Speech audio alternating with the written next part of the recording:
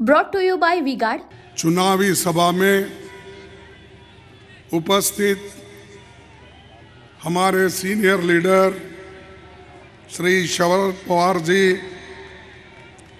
अरविंद केजरीवाल जी, उद्धव ठाकरे जी और इस मंच पे बैठे हुए सभी नेतागण और यहाँ पर जो पधारे हुए मेरे भाइयों बहनों, पूरे नौजवान साथियों और मीडिया के मेरे दोस्तों, अब तक तो भाषण सभी का आपने सुना। शरद पवार जी बात किए, उद्धव ठाकरे जी बात किए, अरविंद केजरीवाल जी ने बात किया। सभी ने बात करने के बाद मैं समझता हूँ मेरे लिए कुछ नहीं बचा आपको कहने के लिए। ऐसा तो कहने के लिए बहुत कुछ है, लेकिन अब ये ऐसा हुआ, उद्धव ठाकरे जी साहब ये बफे सिस्टम बना दिए। और बफे सिस्टम में क्या होता है, जो पहले बोलते हैं, पहले जो खाते हैं, उनको अच्छा भोजन मिलता है। जो बाद में बोलते हैं उनको ढूंढना पड़ता कहाँ क्या है। तो ये जो है, आज मैं हमारे उद्धव ठाकरे साहब का और शरद पवार जी का शुक्रिया अदा करता हूँ कि उन्होंने और हमारे नाना पटोले जी, ये सब पार्टी के लोग मिलके और गठबंधन के ओर से ये बहुत बड़ी सभा यहाँ हो रही। महाराष्ट्र में इतनी बड़ी सभा यहाँ पर पहली बार हो रही है और ये शक्ति प्रदर्शन है, ऐसा मैं कहूँगा। भाइयों बहनों, उनके राज में पावर रहे अनस्टेबल और हम रखे सब स्मूथ और स्टेबल।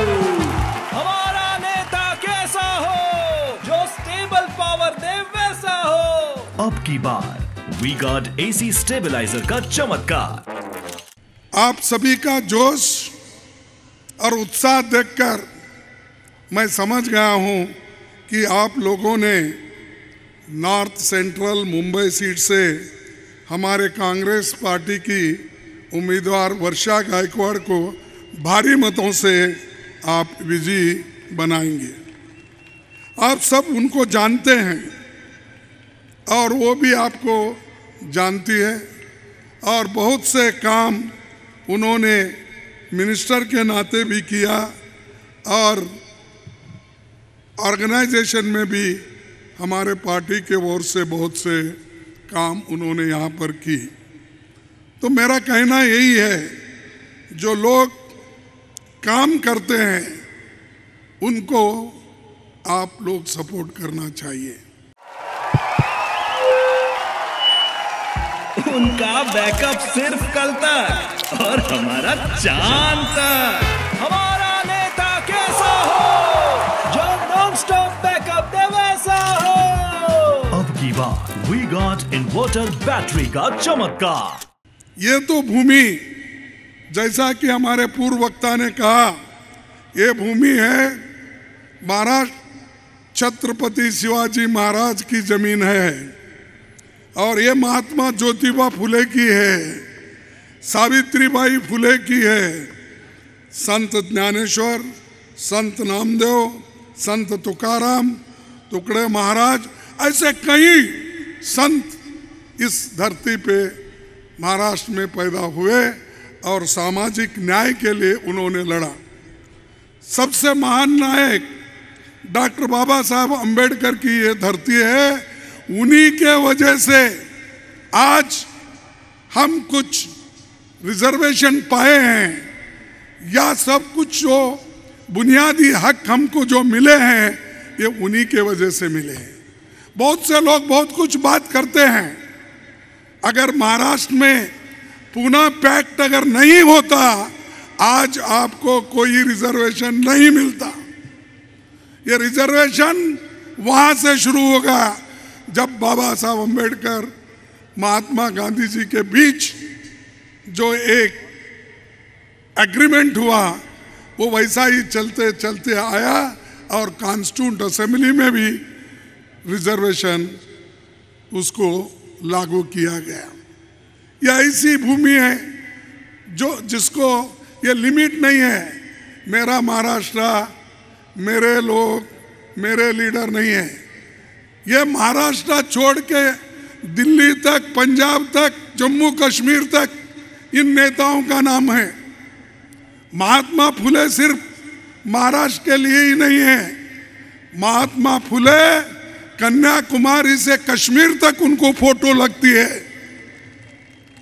बाबा साहब अंबेडकर सिर्फ मुंबई के नहीं, लेकिन उनको फोटो हर जगह लगती है। केजरीवाल अपने बाजू में लगा के बैठता है। मैं ये कहीं को क्यों कह रहा हूं कि यहाँ के जो लीडर्स हैं, संत हैं, वो सारे लोग पूरी समाज का, पूरे देश का और समाज के बारे में सोचने वाले महापुरुष यहाँ पर हुए, इसीलिए मैं उन सबको नमन करता हूं। और एक बात मैं आपके सामने कहना चाहता हूं कि मोदी जी हर जगह कुछ ना कुछ बोलकर वो अपना ज्ञान बोलो अज्ञान बोलो क्या है मुझे समझ में नहीं आता, वो प्रदर्शन करते हैं और कहते हैं, रोते हैं। मैं अहमदाबाद गया था, अहमदाबाद में उनकी एक रैली चल रही थी और हमारी एक रैली दूसरे जगह थी। उन्होंने वहां पर भाषण किया। भाइयों और बहनों, आप सोचिए, अगर कांग्रेस की गठबंधन सरकार बनेगी तो आपके पास 2 एकड़ जमीन है तो 1 एकड़ वो मुसलमानों को देंगे। और उन्होंने ये भी कहा, आपके घर में जो सोना चांदी जो कुछ भी है उसका एक्सरे करके बाहर लाकर बंटवारा करेंगे। एक प्राइम मिनिस्टर बोलता है। और दूसरा यहां तक भी बोला, मुझे और भी हंसी आई, अगर आपके पास 2 भैंस हैं, 1 भैंस सुनो मुसलमान को देंगे। ये उन्होंने कहा। आप पढ़े होंगे, आप देखे होंगे। ऐसे मैं समझा प्राइम मिनिस्टर हमेशा एक स्टेट्समैन के तरफ रह के बात करते हैं और उस ढंग से ही बात करते हैं। लेकिन यहां तो प्राइम मिनिस्टर ऐसे हैं, जमीन से लेकर भैंस तक बंटवारा करने की बात करते हैं। और उन्होंने ये भी बात किया कि मोदी सबको लेके चलता है। जिस दिन मैं मुसलमानों के खिलाफ बोलूंगा उसी दिन मैं राजकीय से निवृत्त हो जाऊंगा बोले।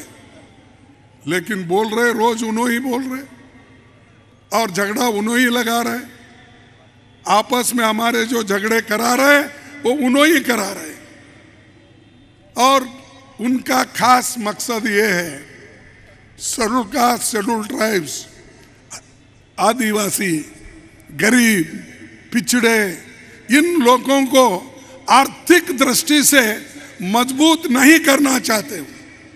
इनको पिछड़े का पिछड़े रखना चाहते हैं, इनको रिजर्वेशन नहीं देना चाहते।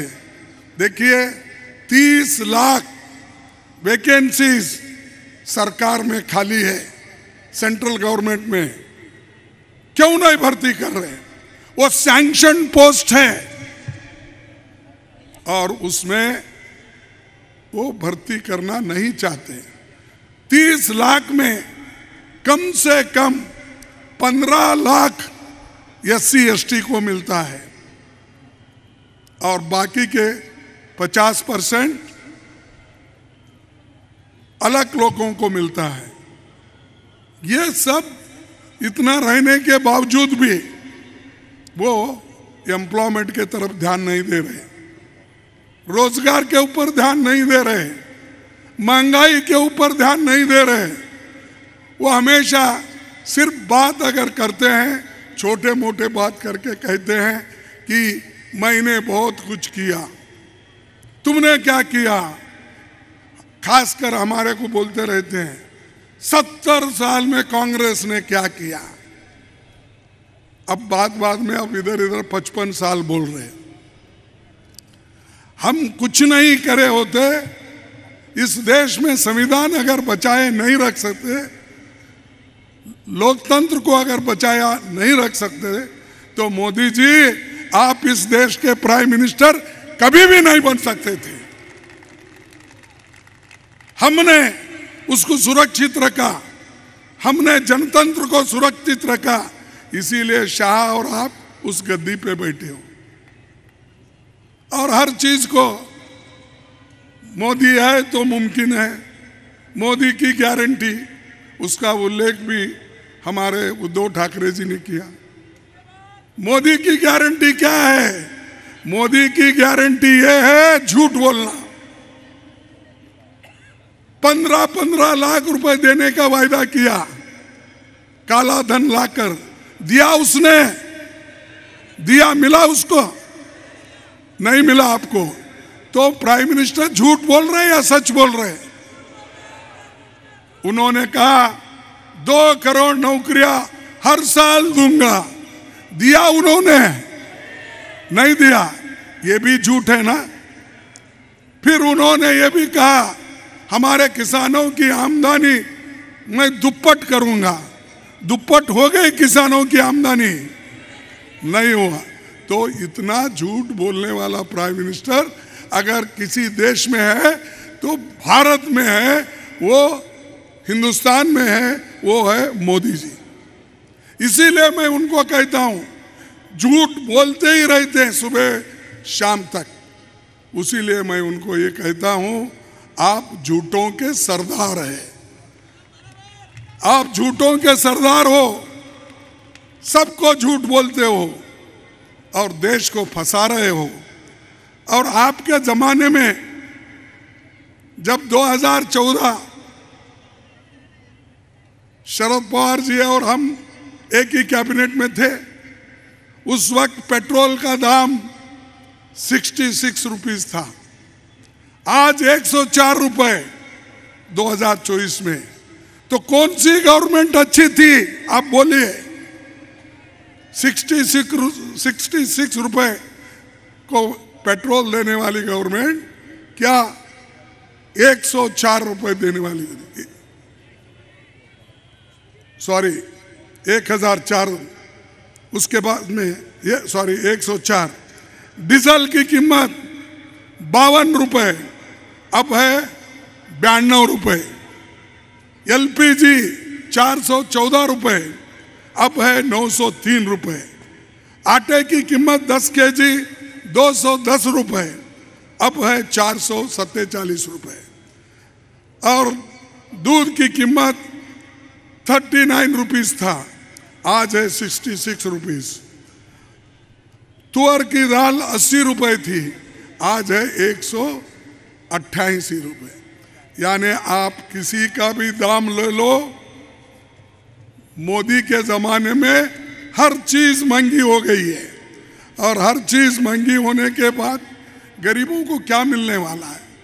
और इनकी गारंटी कौन सी है? मैं बोला दाम बढ़ाने की गारंटी है, झूठ बोलने की गारंटी है, सत्य कभी नहीं बोले, सत्य से दूरी रहे हो। लेकिन हमने कांग्रेस पार्टी में सेंट्रल गवर्नमेंट में जब थे, हमने नरेगा स्कीम लाया, फूड सिक्योरिटी एक्ट लाया, फॉरेस्ट कंजर्वेटिव एक्ट लाया। उसी के साथ साथ जितने भी जो प्रोग्रेसिव एक्ट थे, कानून थे, उन कानूनों को हमने लागू किया। तुमने क्या किया? तुम सिर्फ ED, CBI, income tax, CVC, इनका इस्तेमाल करके सबको जेल में डाले का काम किया। ये लोग सिर्फ जैसा कि हमारे अभी केजरीवाल ने कहा कि रसिया में चुनाव हो गए और बांग्लादेश में चुनाव हो गए, पाकिस्तान में चुनाव हो गए। ऐसा चुनाव करके मोदी जी भी यहाँ पर वही अपना प्रैक्टिस करना चाहते हैं। देखिए, यहाँ पर हिंदुस्तान की जनता पाकिस्तान के जैसे डेमोक्रेसी को कभी नहीं चाहेगी, चाहे वो कुछ भी हो। लड़ेंगे हम। बांग्लादेश का जैसा इलेक्शन हम नहीं होने देंगे, रसिया जैसा इलेक्शन हम नहीं होने देंगे।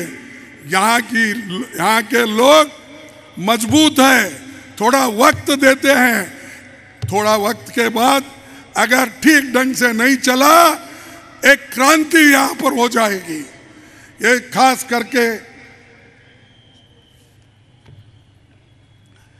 करके हमने जो आज शपथ लिया, इस देश में संविधान बचाने का शपथ लिया है। इसको बचा के रहेंगे, हर कीमत पे बचाएंगे। ये संविधान सबके लिए है, सिर्फ रिजर्वेशन के लिए नहीं है। ये संविधान हमारे मूलभूत अधिकारों के लिए है। बोलने का अधिकार, लिखने का अधिकार, हमको जो काम करना चाहिए उसका अधिकार, हर चीजों का अधिकार इस किताब में है। इसको छीनना चाहते हैं। मोदी जी, आप लाख कोशिश करो, आप कभी इसको छू नहीं सकते और आपकी आरएसएस भी इसको छू नहीं सकती। यह अपना दावा है जिसके लिए लोग लड़े, मरे, कुर्बानी दी, और उन लोगों के सामने ही ये कॉन्स्टिट्यूशन आप बदल नहीं सकते। और कोई बदलने की कोशिश किया तो आप समझिए बीजेपी का नाम और निशाना नहीं रहेगा। और एक मैं खास बात बोलने जा रहा हूं। मोदी जी हमेशा क्यों रोते मुझे समझ में नहीं आता। वो बोले, परसों मैं सुना, और नॉमिनेशन भरने के बाद वो लोगों के सामने लोगों को संबोधित कर रहे थे भाषण। वो क्या बोले, मैं यहां नहीं आया, मुझे मां गंगा ने बुलाया, मां गंगा ने बुलाया इसीलिए मैं यहां पर आया हूं। अरे मां गंगा तो आपको कहीं से भी आशीर्वाद देती थी, वहीं से लड़ना था गांधीनगर से, वहां छोड़ के यहां आके मां गंगा बुलाई। ये धार्मिक भावनाओं को बार बार उठाना, उछालना, ये जो काम मोदी कर रहे हैं, ये हमारे इलेक्शन कोड ऑफ कंडक्ट के खिलाफ है। लेकिन मोदी हमेशा रोते भी रहते हैं, बोलते भी रहते हैं, झगड़ा लगाते भी रहते हैं, और उन्होंने इतने माहिर है कि जो बात उन्होंने एक दिन पहले बोले, दूसरे दिन अगर कोई पत्रकार पूछा, आजकल पत्रकारों से तो नहीं मिलते, एक एक लोगों को बुलाते हैं, पहले ही वो रेडीमेड रहता है, वो रेडीमेड को वो अपने टीवी में डलवा देते हैं। अब देखे होंगे आप, every half an hour Modi ji का चेहरा दिखता है, और मोदी जी का चेहरा दिखाते ही है हर टीवी में। और बाद में ये कहते हैं कि ये अपने मोदी जी का पॉपुलैरिटी बढ़ गया। क्या पॉपुलैरिटी बढ़ गया? तुमने तो देश को सत्यानाश किया। सबको बोले सबका साथ सबका विकास, लेकिन सबका साथ तो लिए, लेकिन सबको सत्यानाश कर दिए। यह मोदी की अवतार है, और मोदी सिर्फ उनको जो चाहते हैं उन्हीं को सपोर्ट करते हैं, लोगों के लिए नहीं है। अमीरों के लिए, गरीबों के लिए उन्होंने कुछ नहीं किया। हमने यही पूछा उनसे पार्लियामेंट में भी, बाहर भी, अरे भाई तुम्हारा काम बताओ, काम बता के वोट लो।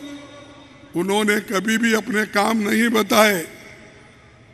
एक बताया उन्होंने, मैं बुलेट ट्रेन लाऊंगा अहमदाबाद से लेकर मुंबई तक। आई बुलेट ट्रेन, 1 लाख रुपए जापान से कर्जा लेकर लाया और बुलेट ट्रेन मैं 2 साल में कंप्लीट करूंगा उन्होंने कहा। 2 साल गए, 8 साल गए, 10 साल गए, वो बुलेट ट्रेन कहाँ है दिख रही नहीं। खैर वो तो गरीबों के लिए भी नहीं है, इतनी महंगी है, सिर्फ अमीरों के लिए उन्होंने वो एक बुलेट ट्रेन का बताया था। तो ऐसे कई चीजें हैं कि मोदी जी अपने वक्त जो काम करने का वायदा किया था उन्होंने एक भी नहीं किया। मैं सुना जब मोदी जी की यहाँ पर रैली चल रही थी, उस वक्त यहाँ पर एक होर्डिंग गिरी 13 मई को, उसमें 14 लोग मरे, 40 से ज्यादा लोग घायल हो गए, दब गए नीचे। उन्होंने देखने के लिए भी वहां पर नहीं आया, वो यही मुंबई में थे। मैं पूछता हूं मोदी जी, गरीबों के लिए आपके पास यही हमदर्दी है? उनको देख भी नहीं सकते, पूछ भी नहीं सकते, जैसा मणिपुर में हो रहा है। मणिपुर में 1 साल से भी ज्यादा लोग वहां पर अपने हकूक के लिए लड़ रहे हैं। बहुत से रेप हो गए, 60,000 70,000 लोग अपना घर बार छोड़ के चले गए, लेकिन मोदी जी वहां नहीं गए। मोदी जी देश विदेश में फिरते रहे, 14 दौरे विदेश में उन्होंने किया। और इलेक्शन के भाषण तो आप पूछो मत, इतने भाषण इलेक्शन के उन्होंने इस बार किया, दिल्ली से लेकर गली तक हर जगह जाना। भाइयों और बहनों, अपना ही बात करना, मैंने ये किया, मैंने वो किया। और हमारे शरद पवार साहब को भी उन्होंने इनवाइट करने की बात करी। उन्होंने ये कहा कि शरद पवार जी अब ये बुढ़ापे में क्यों कांग्रेस के तरफ जा रहे हैं। उद्धव ठाकरे जी को भी वही कहा। ये लोग, उद्धव ठाकरे हो या शरद पवार जी हो, ये किसी के सामने झुकने वाले नहीं है। वो कट जाएंगे लेकिन झुकेंगे नहीं। तुम ऐसे लोगों के बारे में कोशिश कर रहे हो, हमको डिवाइड करने की कोशिश कर रहे हो, किसको नकली असली बोलकर तुम हमको डराने की कोशिश कर रहे हैं। तो इसलिए बंधुओं, मैं ज़्यादा आपका वक्त न लेते हुए मैं यही कहूँगा, जो हमारे खास करके यहाँ के जो कोशिश कर्नाटक में हुई, हमारा वहाँ पर तोड़ फोड़ हो गया, एक बार गिराए, गिराने के बाद हमारी सरकार गिरने के बाद फिर इतने जोश में वहाँ कांग्रेस आ गई, 136 सीट लेकर बहुमत में आकर आज गारंटी दे रही। 5 गारंटी हमने जो कहा था वो हम दे रहे हैं। तेलंगाना में 6 गारंटी बोले, हम दे रहे हैं। हिमाचल में बोले हम 5 गारंटी, वो दे रहे हैं। हम ऐसे ही नहीं बोले, हम सब देखकर ही बोले हैं और उसका हमने अनुष्ठान में लाने की पूरी कोशिश की है। और ये जो कहते हैं वो कुछ भी करते नहीं, बार बार बोलते रहते हैं।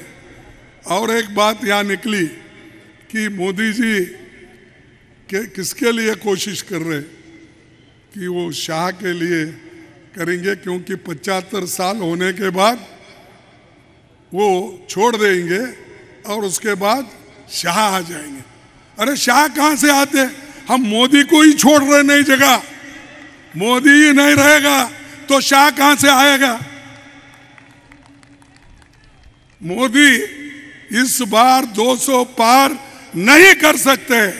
और इंडिया गठबंधन 300 के पार हो जाता है। यह मैं हर जगह फिरा हूं, हर स्टेट गया हूं, और हर स्टेट में अंडर करंट है। और मोदी डर गए हैं, और डर के भयका हुए बातें कर रही है। कभी कुछ कहते हैं, कुछ कहते हैं। तो इसीलिए आप डरो मत, मोदी कुछ भी करने दो। अरे इस देश को तो आजादी हमारे लोगों ने दिलाई। सूली के इसमें फांसी पे चढ़े, बहुत से लोग स्कूल छोड़ दिए, कॉलेज छोड़कर इस देश को आजादी दिलाए। मोदी जी की कंट्रीब्यूशन क्या है? आरएसएस की कंट्रीब्यूशन क्या है? उन्होंने देश के लिए कुछ भी किए बिना सुबह से शाम तक कांग्रेस को गालियां देना। सुबह उठते ही राम का नाम कम लेते हैं, कांग्रेस का नाम ज्यादा लेते हैं। राहुल गांधी का, सोनिया गांधी का, यहां तक कि उन्होंने जवाहरलाल नेहरू को भी अपनी बातें सुनाते हैं, कड़वी बातें। तो ऐसे लोग देश बना सकते हैं। तो भाइयों, मैं आपको ज़्यादा बिठाने की यहाँ पर कोशिश नहीं करूँगा। तो मैं आपसे एक ही रिक्वेस्ट करूँगा कि इस देश के लोकतंत्र को बचाओ, संविधान को बचाओ। यही मैं बात आपके साथ बचाएंगे, संविधान को बचाएंगे, लोकतंत्र को बचाएंगे। और आखिरी मैं कहूँगा कि हमारे जो यहाँ पर के कैंडिडेट हैं, वर्षा गायकवाड़ जी, भूषण पाटिल, अरविंद सावंत जी, अनिल देसाई, संजय पाटिल, शिवसेना, अमोल कीर्तिकर, ये सभी लोग इंडिया गठबंधन के शेर हैं। ये सभी लोग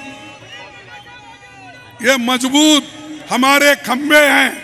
अगर किसी ने इसको तोड़ने की कोशिश की, वो तोड़ने का नहीं होगा।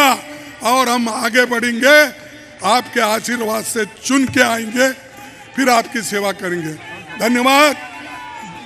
जय Hind. Brought to you by V-Guard.